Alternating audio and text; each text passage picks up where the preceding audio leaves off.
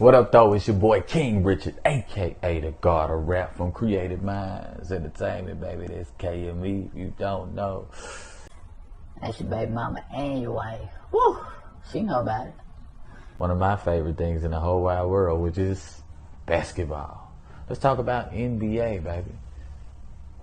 Making a lot of money, man. I'm talking about more money than they ever made, right?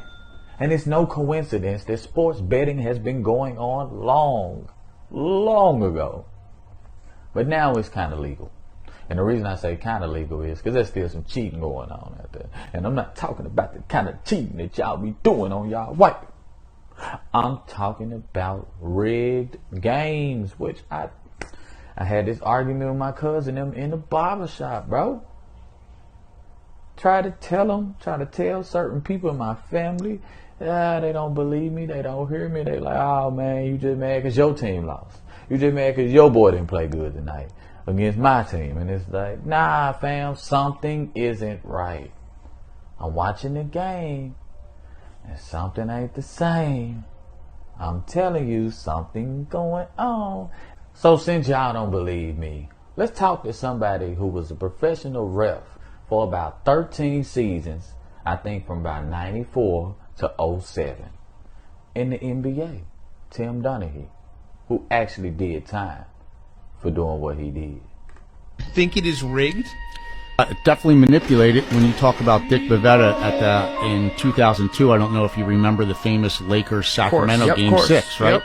He openly said to a lot of us that he was the NBA's go-to guy. He was put on Game 6s to make sure they went to a Game 7, and that was one of the most fucked up games in the history of the NBA. Yes. Yep. And when you talk about 3 referees supposedly making so many mistakes in a conference final game, where in America can you perform at that level in your job so poorly and still go to the next level and ref in the NBA Finals and get another bonus of $20,000? You heard him. Now let me guess, he lying too, right? He lying because he got caught, right? He did a year in jail for, whatever. The NFL is recognized as entertainment business, therefore it can legally fix the outcome of its games. True or false? That is true. It is true. Both the NFL and NBA are recognized as entertainment businesses, therefore they can legally fix the outcomes of the games. My question to you guys, do you think they are or no? I've been told y'all that, and I'm going to keep telling y'all that shit fake evidence. Professional sports is a business first, entertainment second, and a sport third. I'm going to say that one more time.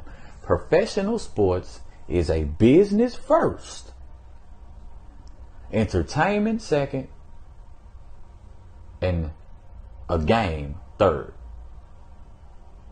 And that's the way they focus on it.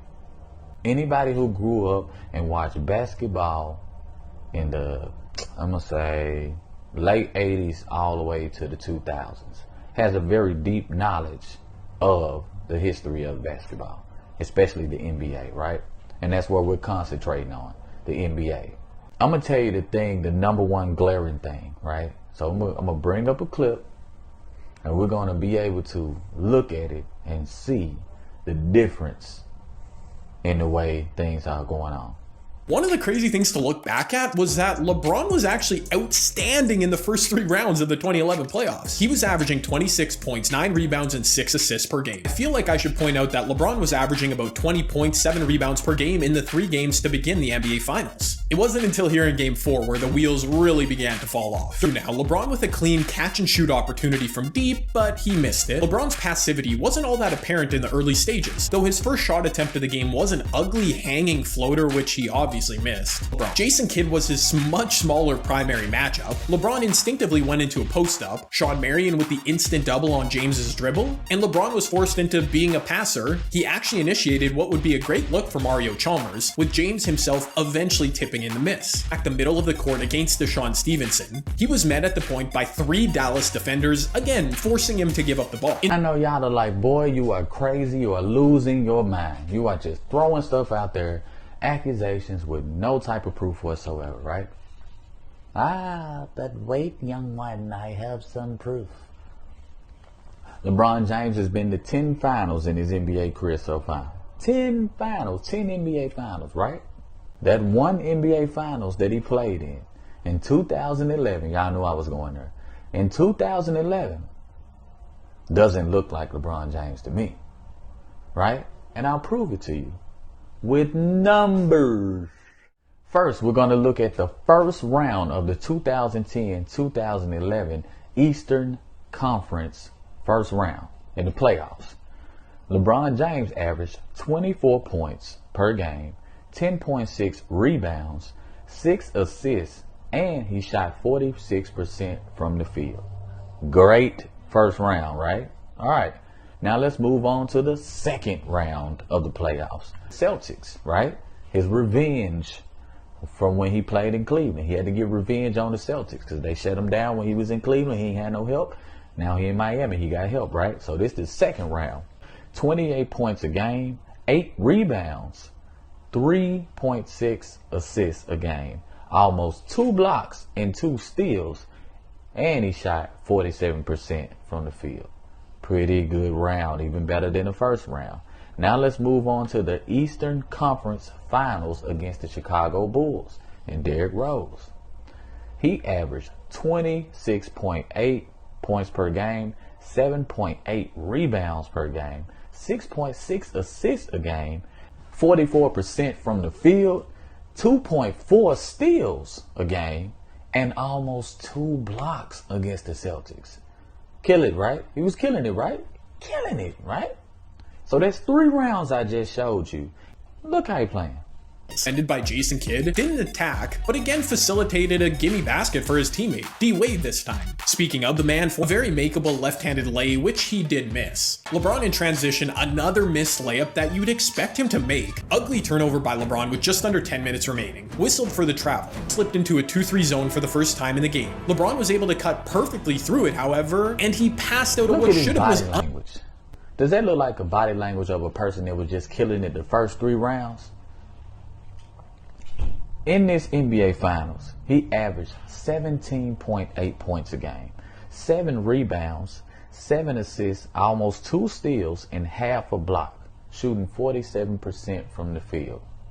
Considered his worst NBA Finals thus far in his career. So many people just said, oh, J.J. Barea was too much for him. He could only score 8 points against J.J. Barea. He could only score 8 points against Jason Terry. They shut him down. He melted. I think the melted part was funny. But what kills me the most about all of this is not about LeBron James, by the way. But I'm using LeBron James because he's the face of the NBA, or has been for the longest, as a proven example of how rigged this is, right? And if you look at the way he's playing, I mean, he looks like he's never played basketball in his life. Looks like he was a rookie, right? Scared out there, terrified of that amazing Dallas Maverick defense, right? That was the best Dallas Mavericks team in their franchise history. As you can see what they did in those first 3 rounds over there in the West Coast, right? They killed everybody. So they swept everybody easily, no problem. Mind you, this isn't his first finals. His first finals came 4 years prior against the Spurs, who were a better team than the Mavericks are now. So why would he play worse? Because he's just not that good. He's not the GOAT. Because Michael Air Jordan is the GOAT and he never missed a shot and he always hit every game winner. Is that why? He's just too much of the GOAT shadow, right? That's what people say on the internet. That's what the haters say. If you don't think the numbers are the smoking gun, fine. If you don't think that the body language is a smoking gun, fine. But my last point is something you never thought about or heard or paid attention to. What years has LeBron James lost the NBA Finals? What is his first 3 NBA Finals that he lost? 2007, 2011, and 2014. You know when LeBron James said he was going back to Cleveland after leaving Miami? Do you know what that was? Would you happen to know? Let me take my glasses off for this.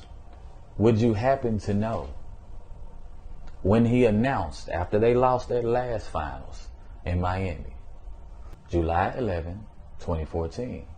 Why is that relevant, King Richard? Why are you saying that's relevant? What year did I tell you he lost the finals? Now, talking about after he got to Cleveland, before he got to Cleveland, the second time. He lost in 07, he lost in 11, and he lost in 14, right? The day he announced that he was going back to Cleveland, it's 7, as in July, 11, as in the day, and 14, as in the year. 7, 11, and 14.